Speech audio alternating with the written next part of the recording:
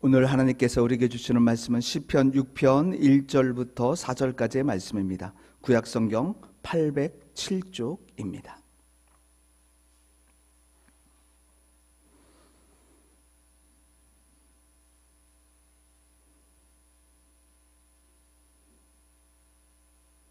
시편 6편 1절부터 4절까지의 말씀, 제가 하나님의 말씀을 봉독하겠습니다.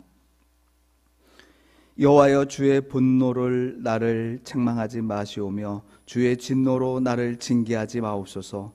여호와여, 내가 수척하였사오니 내게 은혜를 베푸소서. 여호와여, 나의 뼈가 떨리오니 나를 고치소서. 나의 영혼도 매우 떨리나이다. 여호와여, 어느 때까지이니이까? 여호와여, 돌아와 나의 영혼을 건지시며 주의 사랑으로 나를 구원하소서. 아멘. 이 말씀을 통해서 하나님께서 우리에게 은혜 주시길 원합니다. 작년 2024년 한 조사 통계를 보았습니다. 국민 10명 중 7명 정도가 스트레스, 불면증, 우울증, 대인기피증, 공황장애 증세 등 정신건강에 크고 작은 문제를 안고 살아가고 있다는 통계였습니다.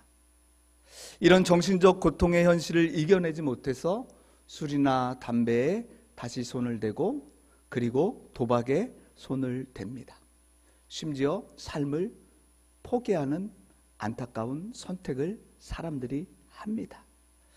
사랑하는 가족이나 가까운 친구가 곁에서 아무리 좋은 말을 해도요, 듣기 싫어합니다. 그래서 바른 말 한 사람은 오히려 손해를 보고 상처를 받습니다. 누군가에게 진실한 말로 충고를 했다가 되려 공격을 당합니다. 그래서 사람들은 침묵합니다. 그리고 그 침묵 속에서 자신의 성을 쌓게 되지요. 극단적인 개인주의에 사로잡혀 자신만의 인생의 감옥 속에 살아간다는 말씀입니다.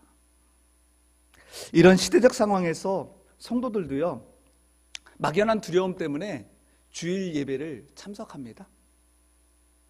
그리고 주일에 봉사도 합니다.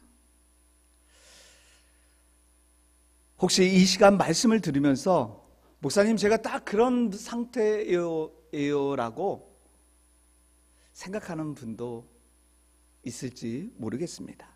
하지만 나는 주님을 믿으며 살고 있기에 기필코 지금의 힘든 시간을 극복할 거야 다짐하며 하루하루를 이겨내고 있는 성도는 하나님께서 함께 하시고 능력을 더해 주셔서 그 삶을 반드시 승리로 이끌어 주심을 믿으시길 바랍니다.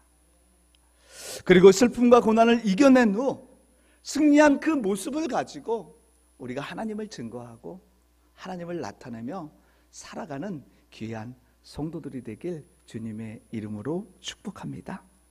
오늘 시편 기자도요, 시련과 고난을 이긴 믿음의 사람입니다. 다윗은 인생에서 고난과 어둠의 긴 터널 속에 있는데요, 그 속에서 하나님께서 자신을 안아주시는 시간을 갖습니다. 무슨 말입니까? 하나님을 찾고 있는 겁니다. 하나님께 매달리고 있습니다. 그러는 중에 오늘 2절 말씀, 우리 본문 말씀인데요, 함께 읽어보면 좋겠습니다. 지금 다윗이 어떤 모습으로 있는지 이렇게 표현하는데 2절 말씀 다 같이 함께 합니다. 시작. 여호와여, 내가 수척하였사오니 내게 은혜를 베푸소서. 여호와여, 나의 뼈가 떨리오니 나를 고치소서. 아멘. 다윗의 몸이 너무 수척했습니다. 너무나도 힘들고 아팠다는 말입니다. 그 아픔이 뼈는 부서질 정도로 아팠습니다, 여러분. 아픔이 얼마나 큰지 5절을 보게 되면요, 죽음 직전까지 이 아픔이 나를 만들고 있다라고 탄식하고 있습니다. 여러분, 그뿐만이 아닙니다. 다윗은 심각한 육체의 아픔만 가지고 있는 것이 아니라 사실 영혼까지 깊은 병에 걸려 있습니다. 3절 말씀 제가 읽어볼게요. 나의 영혼도 매우 떨리나이다. 여호와여, 어느 때까지이니까? 사실 육체의 질병은요, 여러분, 우리의 영혼이 건강하면요, 질병은 어느 정도 이겨나갈 수 있습니다. 견딜 수 있습니다. 왜냐하면 정신적인 힘은 육체의 고통을 부분적으로 통제할 수 있기 때문입니다. 억제할 수 있습니다. 하지만 다윗은 이런 기회조차 없는 겁니다. 육체와 함께 영혼도 매우 심각한 상태에 직면해 죽어가고 있습니다. 두려웠습니다. 심히 고통스러웠습니다. 아팠습니다. 지쳐 쓰러진 세월이 깁니다. 누운 자리는 눈물바다를 이루었다라고 다윗은 고백하고 있지요. 그러면서 여러분, 다윗은요, 지금 자신에게 이런 극심한 고통과 절망이 왜 왔는지 알고 있었습니다. 여러분, 자신이 범한 죄에 대한 하나님의 진노 때문이라고 다윗은 알고 있습니다. 1절에서 이렇게 말씀하는데 1절 말씀 볼까요? 우리 1절 말씀도 함께 읽기를 원합니다. 시작. 여호와여, 주의 분노로 나를 책망하지 마시오며 주의 진노로 나를 징계하지 마옵소서. 아멘. 자신이 지은 죄로 인해 하나님의 분노가 나에게 임했다는 것입니다. 즉 하나님과의 관계가 어느 순간에 단절되어 있었기 때문에 그는 영혼이 너무나도 괴로웠습니다. 힘들었습니다. 문제가 생겼습니다. 여러분, 그렇습니다. 죄의 결과로 찾아오는 파괴적인 고통이 다윗의 육신을 넘어 영혼까지 죽어가게 하고 있었던 것입니다. 우리가 알고 있듯이 바울이 로마서 6장 23절에 죄의 삭은 사망이라고 말씀한 것처럼 다윗은 죽음의 고통, 영과 육이 함께 무너지는 아픔으로 인해 긴 밤을 울 수밖에 없었습니다. 처절하게 하나님을 찾으며 그 고통을 호소할 수밖에 없었습니다. 그런데 여러분, 이런 모습을 보면요, 신앙의 용장답지 않는 모습처럼 우리에게 보입니다. 다가옵니다. 하지만 여러분, 다윗이 지닌 위대함은 바로 여기에 있습니다. 다윗이 수많은 전쟁에서 용맹스럽게 전쟁에서 승리하고 돌아오는 개선장군의 모습의 위대함이 아닙니다. 연약함에도 하나님을 찾고 있습니다. 그 하나님 앞에서 무릎을 꿇고 있습니다. 몸부림치며 지금의 어려움을 이겨나가려고 합니다. 그리고 철저히 자신의 죄를 자복하고 있습니다. 분명 전능하신 하나님께서 다윗에게 진노하셔서 징계하신 겁니다. 하나님께서 그를 치셨기 때문에 아무도 다윗을 도와줄 수가 없었습니다. 하지만 다윗을 다시 회복시켜 주실 분도 하나님뿐입니다. 참으로 아이러니하는 상황을 다윗이 맞았습니다. 그런데 다윗은요, 이런 모습을 너무나도 잘 알고 있었기에 현재 자신의 비참한 상태를 하나님께 토로합니다. 하나님께 외칩니다. 그러면서 모든 것을 고쳐주실 그 하나님의 은혜를 갈망하며 기도하고 있는 것입니다. 그래서 2절 중간에 뭐라고 합니까? 하나님, 내게 은혜를 베풀어 주옵소서. 기도하고 있는 겁니다, 여러분. 그럼 다윗이 하나님께 구체적으로 어떤 은혜를 구했을까요?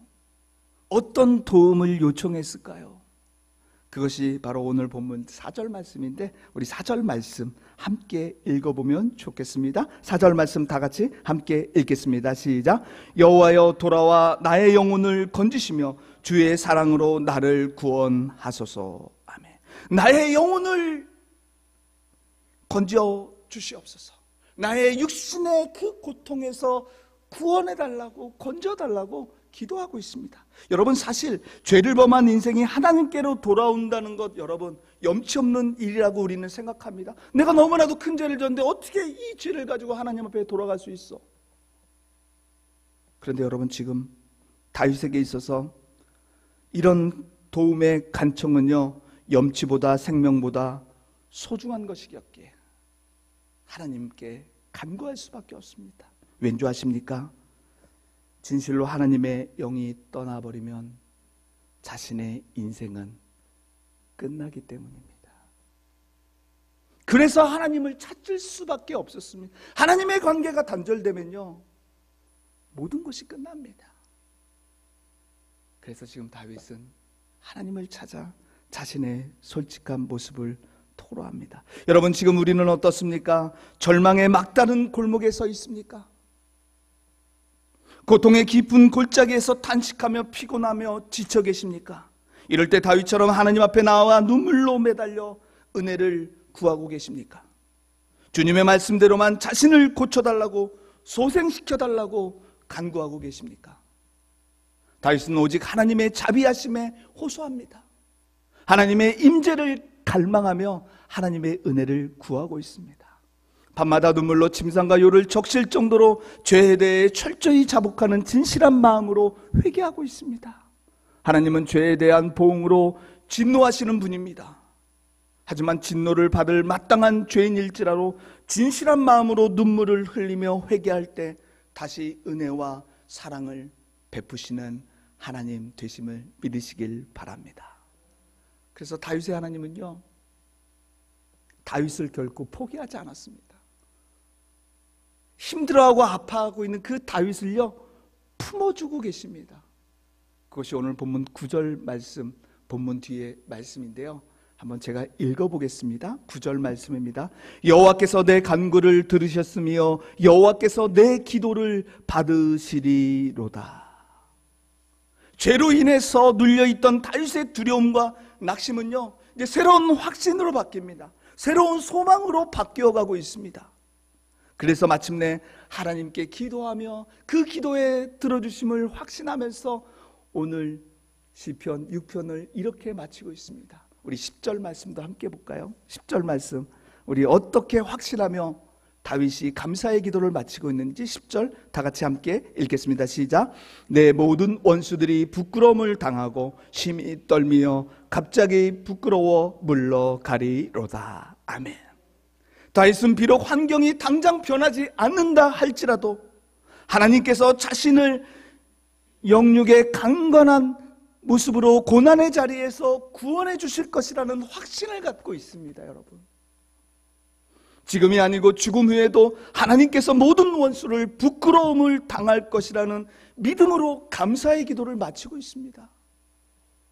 물론 다윗이 기도하며 감사하는 모습을 하나님께서 소중히 여기셨음을 확신합니다. 그러나 반드시 그의 기도가 간증의 주인공이 되는 것이 아닙니다. 여러분, 무슨 말입니까? 우리는 그저 진실하게 회개하고 기도하고 감사드릴 뿐입니다. 여기까지입니다. 즉, 우리는 기도하고 감사할 의무가 있습니다. 다윗의 기도와 우리의 기도에 응답과 간증을 주실 분은 오직 아버지 하나님 되십니다.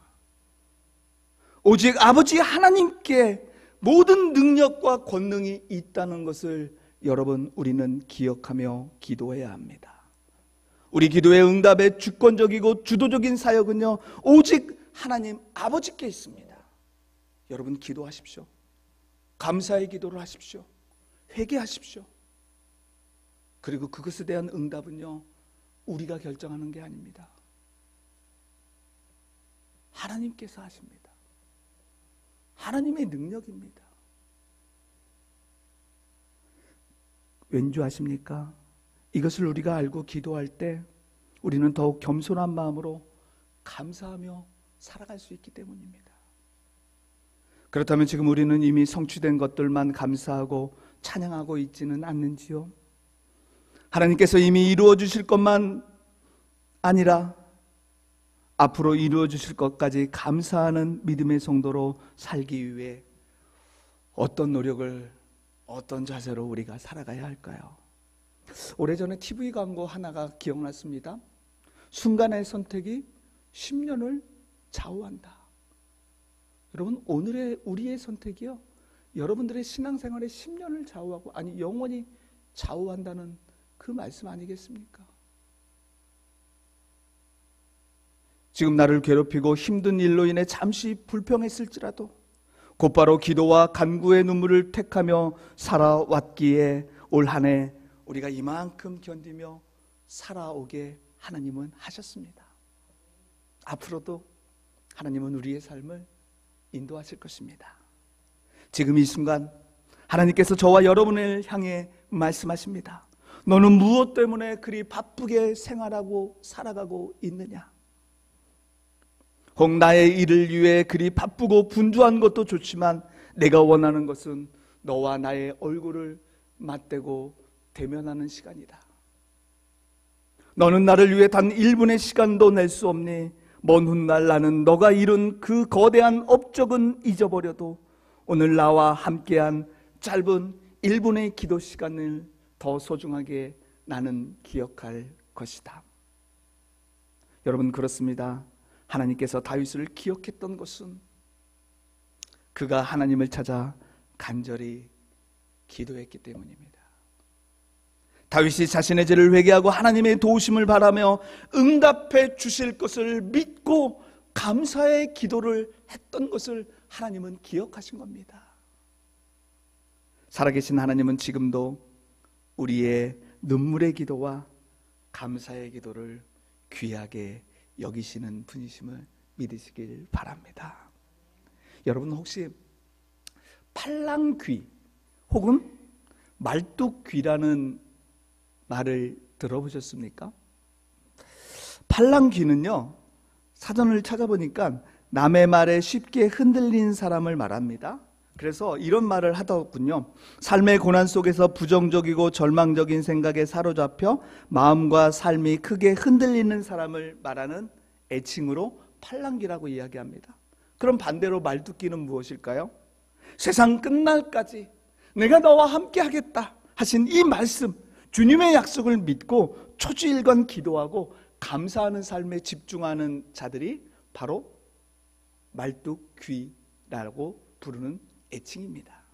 사랑하는 성도 여러분, 우리의 지난 시간을 돌이켜보면서 그래도 감사할 것은 성령님께서 우리의 삶을 매일 인도해 주셔서 팔랑귀가 아닌 그때보다 말뚝귀로서의 살아갈 수 있도록 지켜주셨기 때문에 우리는 오늘 추수감사주일로 맞이할 수 있게 되었음을 잊지 마시길 바랍니다. 분명히 우리의 삶 속에 감사할 것이 많이 있습니다. 새하려 보면 너무나도 많습니다. 이제 앞으로의 삶도 다윗처럼 늘 자신의 영혼을 위해 하나님 앞에서 깊이 탄식하며 감사의 기도와 함께 주일을 함께 돌아보며 살아가는 저와 여러분의 삶이 되길 간절히 원합니다. 그리고 금주 11월 1일 토요일부터 시작되는 우리 다니엘 기도회에 함께하면서 풍성한 하나님의 은혜를 경험하며 감사의 기도 제목이 더욱더 많아져 감사하는 삶으로 행복하게 살아가는 저와 여러분의 삶이 되길 주님의 이름으로 축복합니다.